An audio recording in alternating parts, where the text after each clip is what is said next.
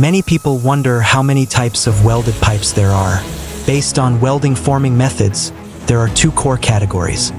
The first type is longitudinal welded pipe, which is HUAYANG's core business. It is divided into HFW longitudinal pipe and LSAW longitudinal pipe. HFW pipes feature high production efficiency, mainly for small and medium caliber specifications. LSAW pipes deliver stable welding quality, ideal for large diameter and thick wall pipes.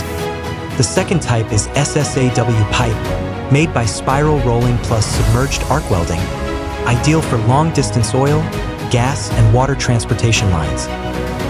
In addition, customized T-joint welded pipes are available.